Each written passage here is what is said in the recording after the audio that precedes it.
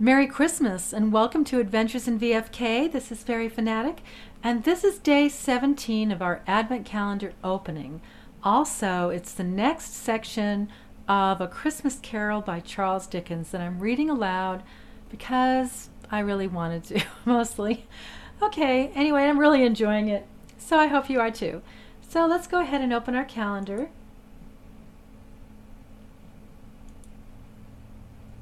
And we're going to be looking for day 17. Over here by these pretty candles on the piano. Okay, let's open this up. You have opened door 17 of your Advent calendar and received the Advent 2016 pin, day 17, down in yon forest. Merry Christmas. I can't tell what's coming out of there. It's so cute. It's like a little bear. Anyway, it's adorable. I've got to put my pins on. I don't have my pins on yet. Well, I have some of them on, but not my latest ones. Okay, so here we are. We're in our room, and we've got the fire going. Everything is very cozy. And let's continue on in our story. "Forgive me if I am not justified in what I ask," said Scrooge, looking intently at the spirit's robe. "But I see something strange, and not belonging to yourself, protruding from your skirts. Is it a foot or a claw?" "It might be a claw, for the flesh there is upon it," was the spirit's sorrowful reply. "Look here." From the foldings of its robe it brought 2 children, wretched, abject, frightful, hideous, miserable. They knelt down at its feet and clung upon the outside of its garment.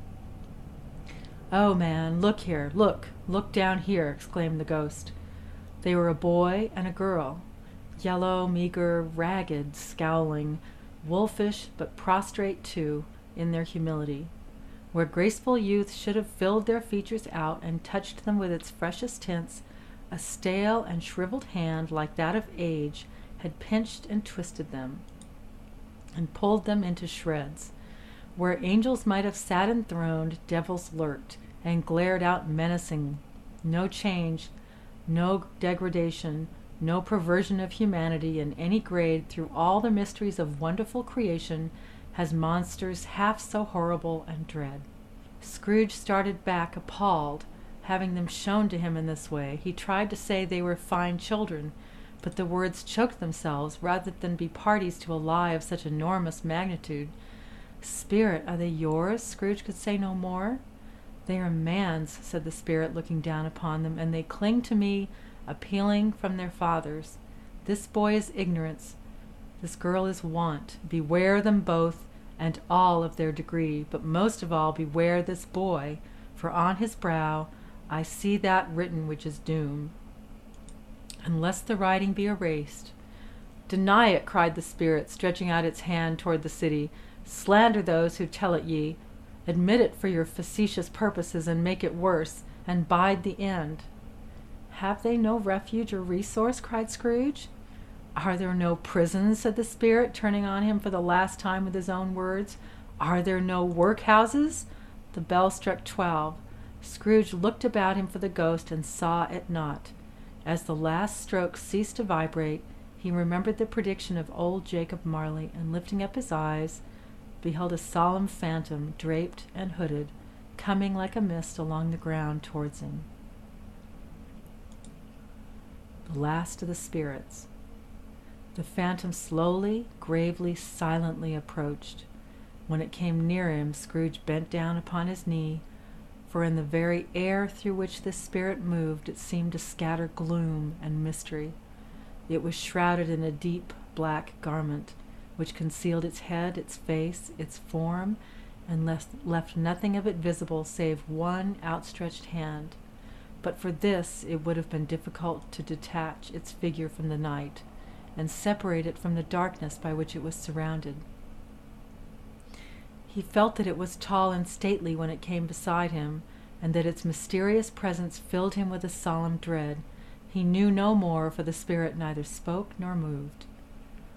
"I am in the presence of the ghost of Christmas yet to come," said Scrooge.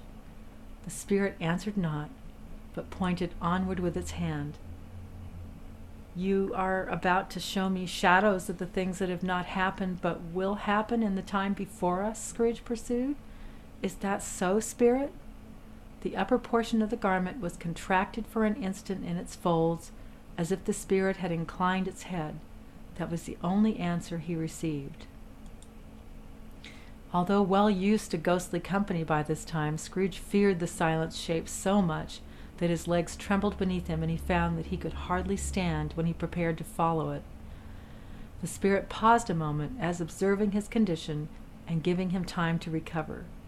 But Scrooge was all the worse for this. It thrilled him with a vague, uncertain horror to know that behind the dusky shroud there were ghostly eyes intently fixed upon him, while he, though he stretched his own to the utmost, could see nothing but a spectral hand and one great heap of black.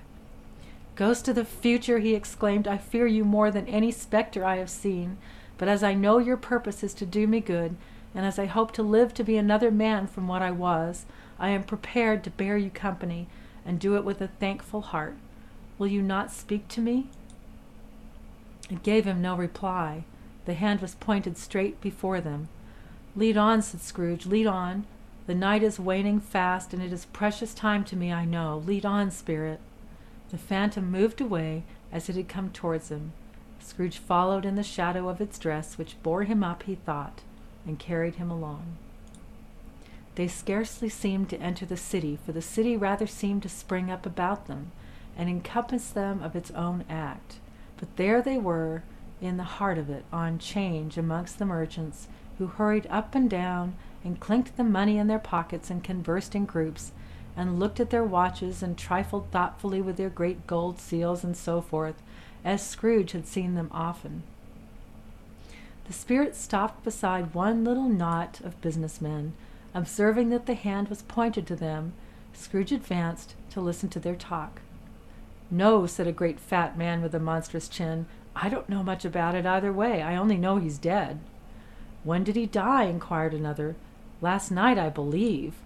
"Why, what was the matter with him?" asked a third, taking a vast quantity of snuff out of a very large snuff-box.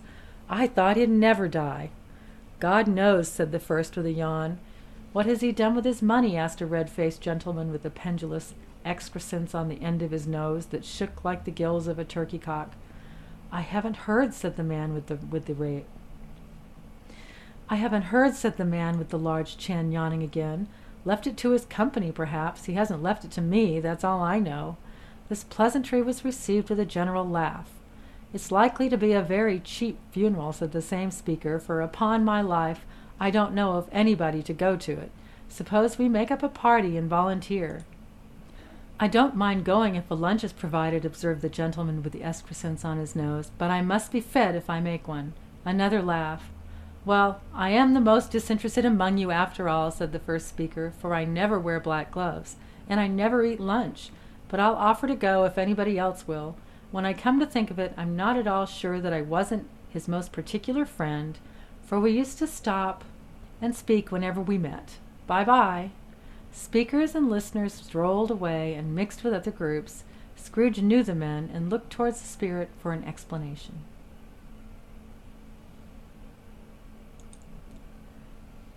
Well, that is the next section of our Christmas Carol by Charles Dickens. Definitely very, very spooky, and you can see why it is a classic. But anyway, thank you very much for joining me. I will continue my story tomorrow, and I hope you come back and join me again. And I will see you next time. Merry Christmas. Bye.